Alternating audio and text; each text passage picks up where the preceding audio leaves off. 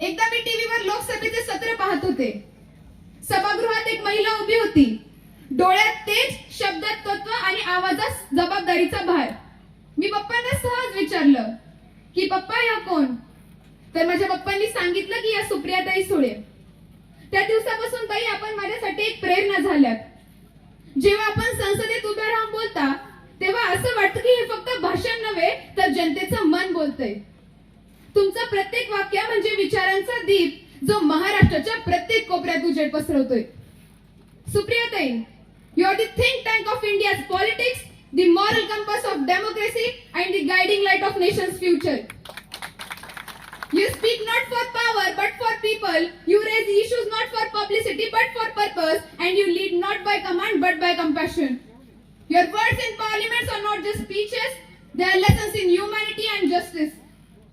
आपण वाद नाही करत, संवाद घडवता. आपण विरोधकांना हरवत नाही परंतु त्यांना विचारांनी जिंकता.